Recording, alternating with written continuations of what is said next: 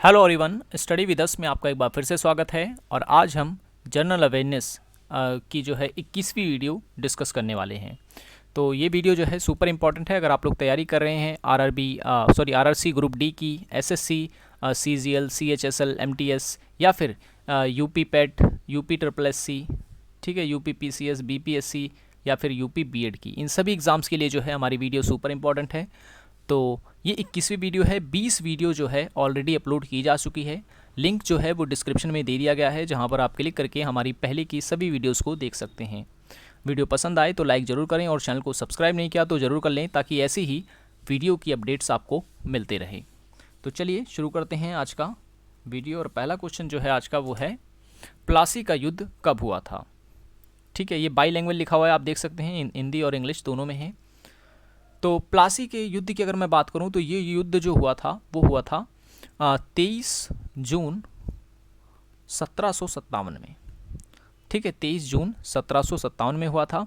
और किसके बीच हुआ था, तो एक तरफ थे लॉर्ड क्लाइव, ठीक है, और दूसरी तरफ थे सिराजू धौला। और इस युद्ध में जो है सिराजू धौला हार जाते हैं और लॉर्ड क्लाइव जीत जाता है।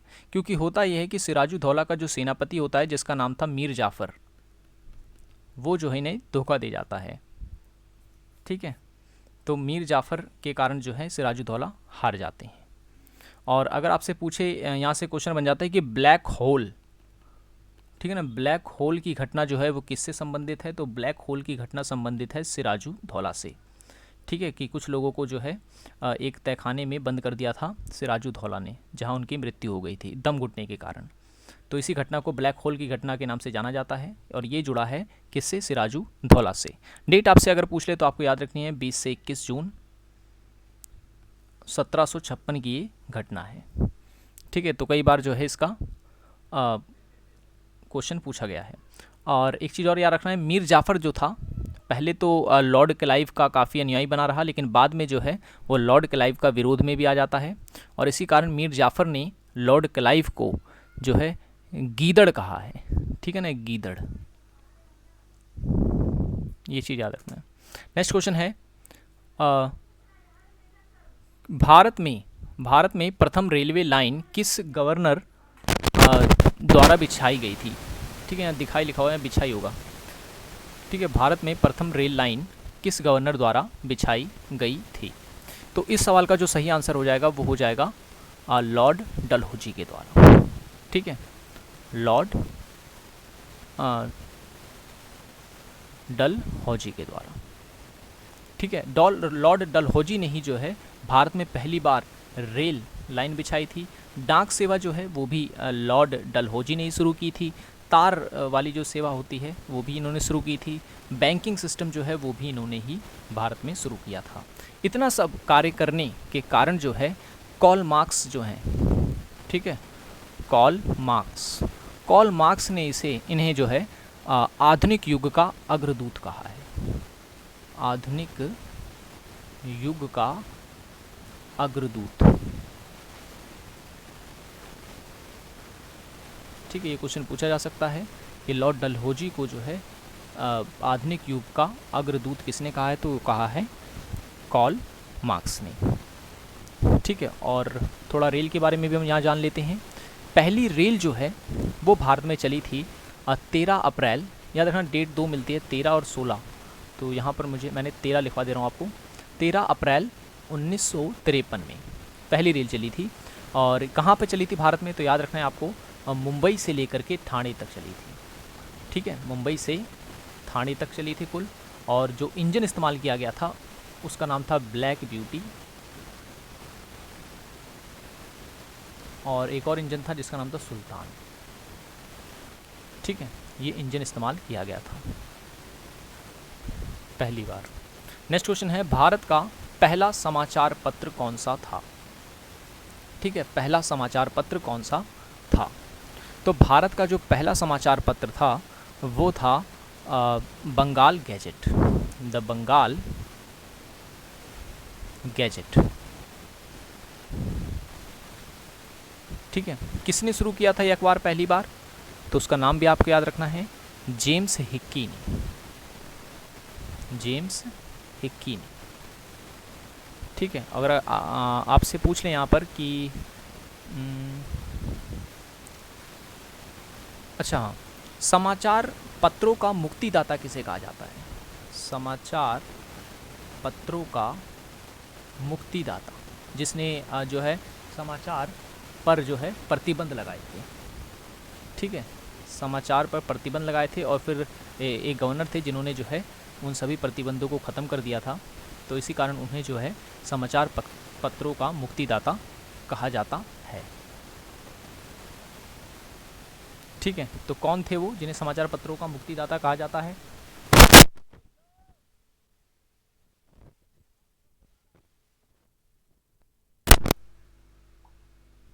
ओके, समाचार पत्रों का जो मुक्तिदाता है ये कहा जाता है चार्ल्स मेटकॉक को। चार्ल्स मेटकॉक को जो है कहा, कॉफा होगा, ठीक है ना, कॉफ, चार्ल्स मेटकॉफ को कहा जाता है समाचार पत्रों का मुक्तिदाता। नेक्स्ट क्वेश्चन है, भारतीय राष्ट्रीय कांग्रेस की प्रथम या पहली महिला अध्यक्ष कौन थी? ठीक है, पहली महिला अध्यक्ष कौन थी? तो आंसर आपका हो जाएगा यहाँ पर एनी बेसेंट। Annie Besant. लेकिन अगर आपसे पूछ लेता कि पहली भारतीय महिला अध्यक्ष कौन थी, पहली भारतीय महिला अध्यक्ष,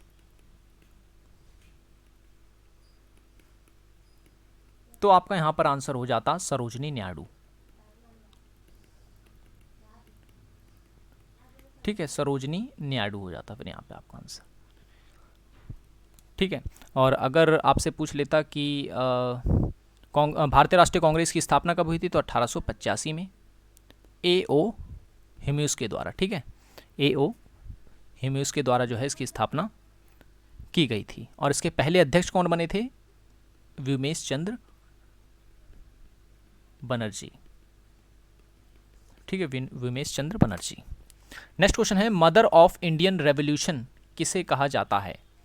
ये क्वेश्चन जो है सुपर इंपॉर्टेंट है और कई बार एग्जाम में पूछा गया है, रिपीटेड क्वेश्चन है ये। तो मदर ऑफ इंडियन रेवोल्यूशन कहा जाता है मैडम भीखाजी कामा को। मैडम भीखाजी कामा को। ठीक है, इन्हें जो है मदर ऑफ इंडियन रेवोल्यूशन कहा जाता है। हिंदी में हम इसे कहेंगे भारतीय क्रांति की माता।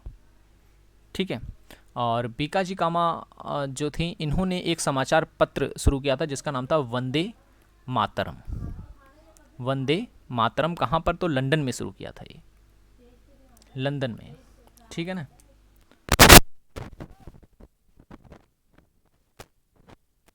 ओके, नेक्स्ट क्वेश्चन है, सतीश धवन उपग्रह प्रक्षेपण केंद्र किस झील के किनारे स्थित है?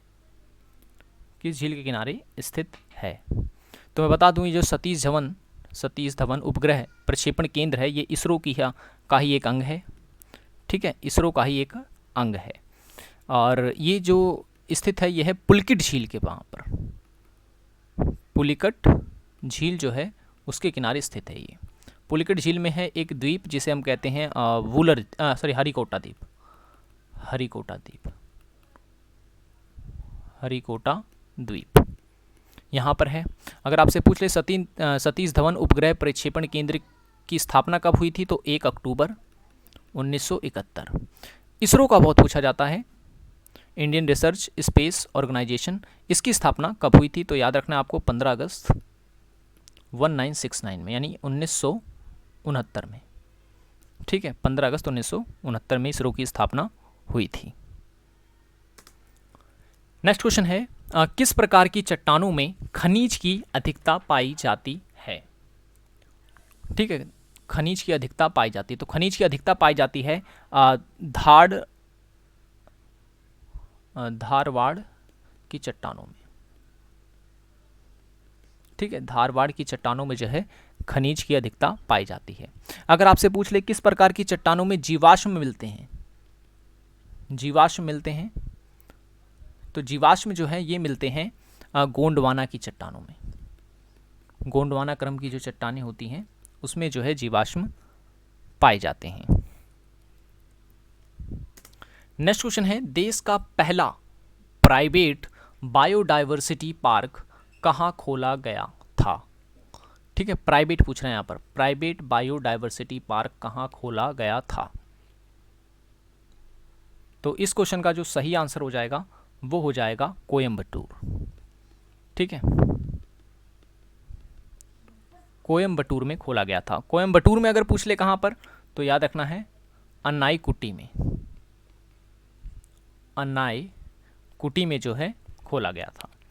अच्छा, आपसे अगर पूछ ले मैरीन नेशनल पार्क कहाँ पर है, तो याद रखना आपको, ये पूछा गया है कई बार, तो ये है अंडमान निकोबार में, अंडमान निकोबार में। ठीक है, और अगर आपसे पूछ ले गौतम बुद्ध वन्य जीव अभ्यारण्य कहाँ पर है, वन्य जीव अभ्यारण्य कहाँ पर है, तो ये है बिहार में। ठीक है, बिहार में कहाँ, तो ये है गया में, बिहार के गया में। ठीक है, गया वही जगह है जहाँ पर जो है गौतम बुद्ध को ज्ञान प्राप्त हुआ था। ठीक है, साल वृक्ष के नीचे। तो ये चीज़ आपको याद रखनी है इसमें। नेक्स्ट क्वेश्चन है, मिल्क मैन ऑफ इंडिया किसे कहा जाता है? तो मिल्क मैन ऑफ इंडिया कहा जाता है वर्गीस कुरियन को, वर्गीस कुरियन को, इन्हें मिल्क मैन ऑफ इंडिया कहा जाता है। और बता दूं कि ये जो है अमूल कंपनी के मालिक थे, संस्थापक थे। ठीक है, गुजरात के आनंद ज़िले में इन्होंने जो है अमूल की शुरुआत की थी, इसलिए अमूल का जो पूरा नाम है वो है आनंद मिल्क यूनियन लिमिटेड। ठीक है, आनंद ज़िले में जो है इसकी शुरुआत की गई थी पहली बार, और इन्होंने ही जो है भारत में ऑपरेशन फ्लड लाया था।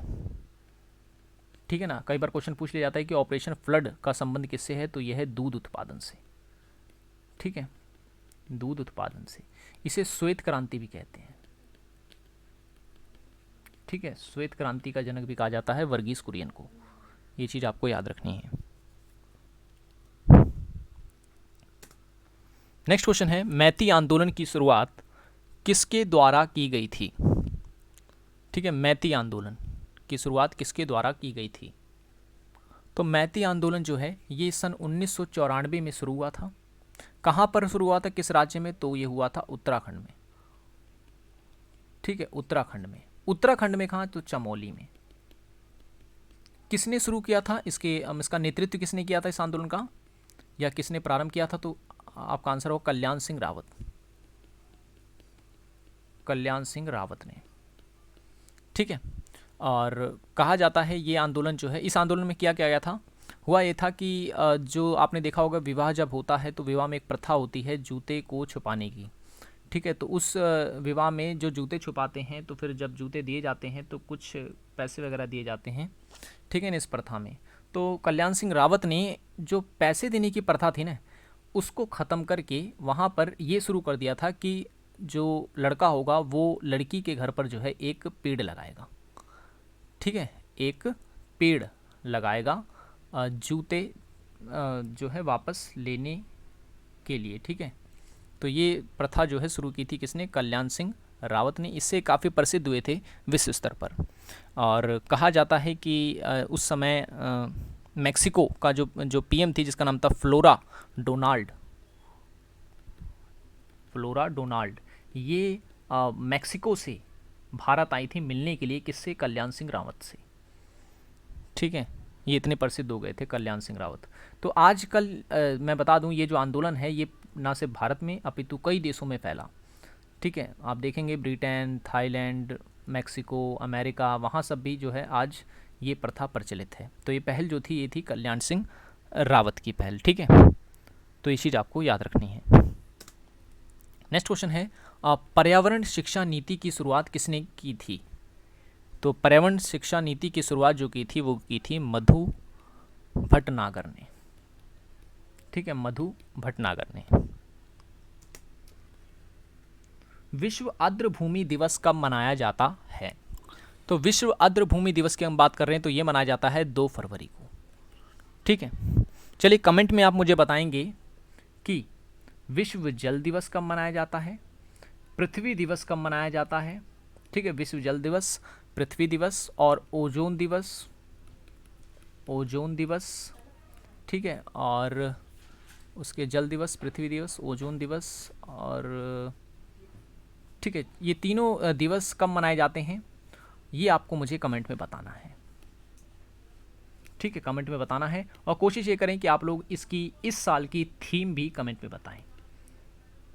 ठीक है, थीम क्या रही है इस बार की। सो आज की वीडियो में इतना ही। वीडियो पसंद आया हो तो लाइक ज़रूर कर दें, और अगर आप हमारी पहले की वीडियोस को देखना चाहते हैं तो लिंक जो है डिस्क्रिप्शन में दे दी गई है, जहां पर आप हमारी पहले की वीडियोस को भी देख सकते हैं। सो मिलेंगे नेक्स्ट वीडियो में, तब तक के लिए thanks for watching this video.